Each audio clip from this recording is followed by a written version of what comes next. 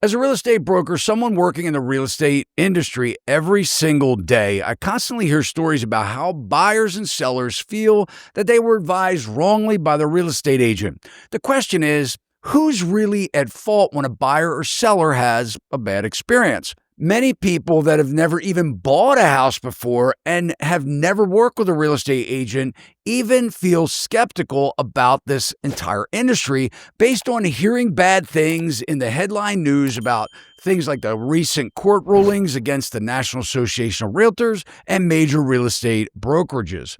Then there's this. On popular blog sites like Reddit, I have found tons of comments of people sharing their home buying and selling experiences.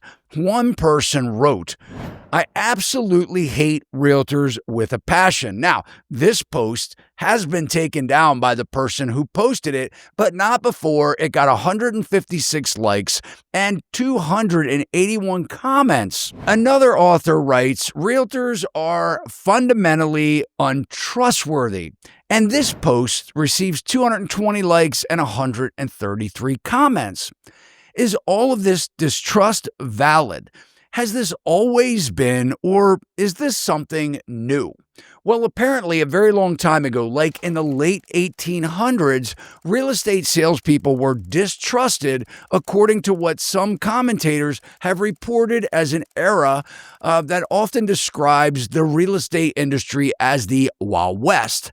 The housing market back then was unregulated, and some brokers were known as curbstoners, said to be people who engaged in dubious and unethical practices. Now, back in 1908, the National Association of Real Estate Exchanges was created and later renamed as the National Association of Realtors. And one of the reasons for the creation of this association was to protect the public's interest when buying and selling houses. The association created standardized real estate practices and a code of ethics for their members to live by when dealing with home sellers and buyers, and also when dealing with fellow real estate salespeople. The code of ethics was created in 1913. So the question here is, did you even know that members of the National Association of Realtors have agreed to a code of ethics in order to even be called a realtor?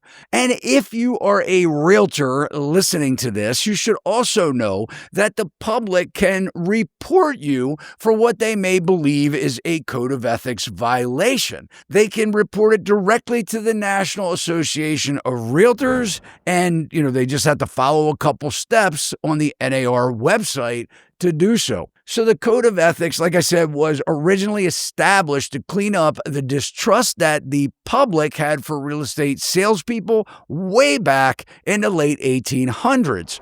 I checked out the original 1913 code of ethics on NAR's website, and the first code in the duty of real estate men towards their clients says, the real estate agent should be absolutely honest, truthful, faithful, and efficient. He should ever bear in mind that he is an employee, that his client is his employer, and is entitled to the best service the real estate man can give his information, talent, time, services, loyalty, confidence, and fidelity.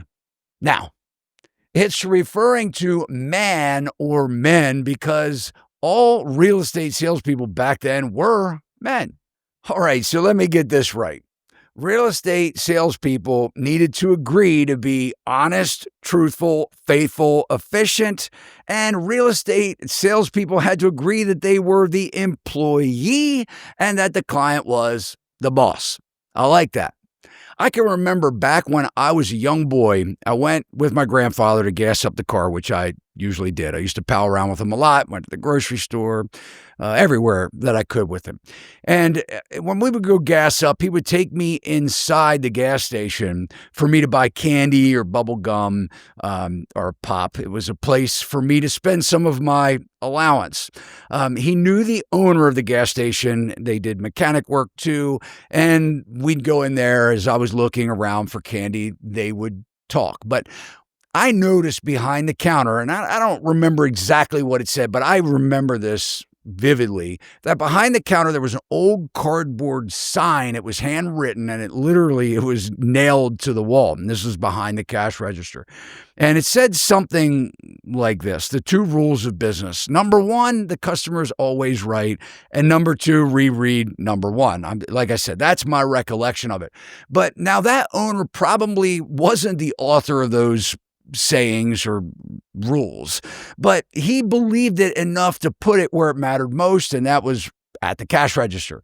So would you hang a sign, and if you're an agent, maybe this question's for you, but would you hang a sign like that in your store or on your car or on your business card today?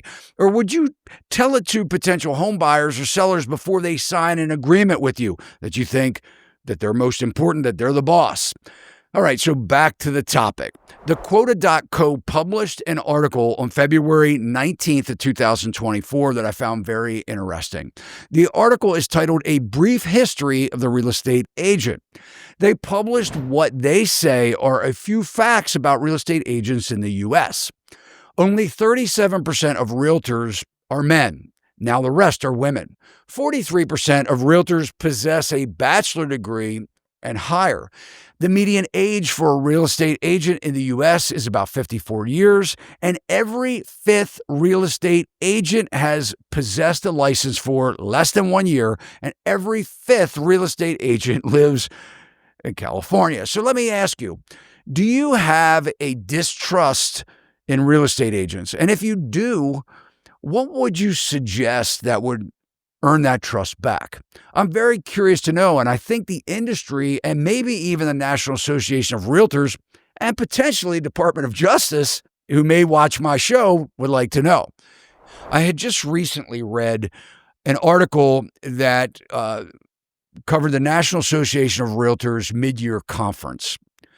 And at this conference, NAR's now president, Kevin Sears, was speaking to the attendees. And he had said, according to this Inman article, that he met with the Department of Justice twice in Washington, D.C. I'm guessing this is pretty recently. And that there was a clear lack of understanding of how we do business, I guess realtors do business, by some of the people that were there in the room, maybe the attorneys for the DOJ. They think, this is Kevin Sears speaking here in quotes, they think that we take advantage of the consumer, we protect the consumer. Without the consumer, we don't exist. Why are we going to take advantage of them? So we explained to them about that, Sears said. In one of those meetings, Kevin Sears had also said that he had a handful of members of NAR's leadership team, and they had sat down with 36 DOJ attorneys, 24 in person, and another dozen on Zoom. And one of those present was a guy by the name of Jonathan Cantor. He was the former Assistant Attorney General for the DOJ's Antitrust Division, who informed Sears that the DOJ had investigated NAR 35 times in 70 years. I found it very interesting that according to the Inman article at this mid-year conference, a council member suggested that the biggest problem in our industry is how realtors behave on social media, saying whatever comes to their mind. And it makes our industry look really, really poor, she said. She believed that that was why the DOJ was keeping an eye on real estate. That's why they're keeping an eye on real estate. Maybe they're reading these comments like in this Reddit thread. But, maybe it was the lawsuit. Maybe it's what they found out in the lawsuit. But Kevin Sears replied to her and said, that's a very astute statement. We are our worst enemies. Now, I would agree with that sometimes.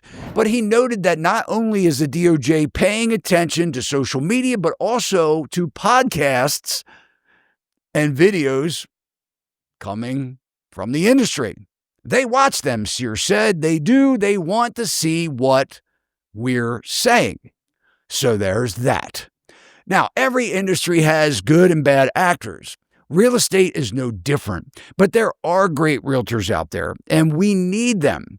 In my opinion, brokers and managers need to be held at a higher standard when it comes to training, hiring, and firing of real estate agents. And realtors should also be striving to do better themselves. Come on now. All the industry professionals should be doing this on their own for their own brand success and reputation. We shouldn't have to be told to be honest. I had a friend of mine in the restaurant business, and he told me this one time. I found this to also be very interesting. Through the years, if you hang around the right people, you pick up some things, right? And there's a reason why businesses are successful. But he told me one time, we were talking about this whole nice employee thing. Like, you go out, and is somebody nice, or do you feel good when you're dropping all of your money at the establishment, right? And he said, Todd, I don't hire employees and tell them that they have to be nice. I simply hire nice people. But is this type of consumer distrust for the real estate agents entirely the industry's fault? Or could it be that buyers and sellers don't hire well when it comes to hiring real estate agents? Could it be that you're hiring someone for the largest purchase that you'll ever make in your entire lifetime, and you never actually interview agents for the position? You just go with your friend from college, or your aunt, or your mom's best friend. I'd love to know your comments about this video so far, and I'm sure that they will be on fire. So let's have it. And remember, if you're looking to buy a home, don't do it without first getting my Todd Simple Home Buying course. It's packed with valuable information, including negotiation strategies, how to avoid the most common costly mistakes, and so much more, guys. It's almost 9 hours of training, right? Teaching you. Real estate agents should be taking this themselves. It's probably some of the best training that they have ever had in their career. And you can also gift this course. If you're listening to this video just because you like to hear Todd talk about real estate related things, and you're not planning on buying a house, but your son or daughter or grandkid is looking to buy a house, you can gift it to them. It's only $300. I'm telling you guys, it is worth it. And if you got value in today's video, hit the thumbs up and let me know that you did, and I'll see you next time.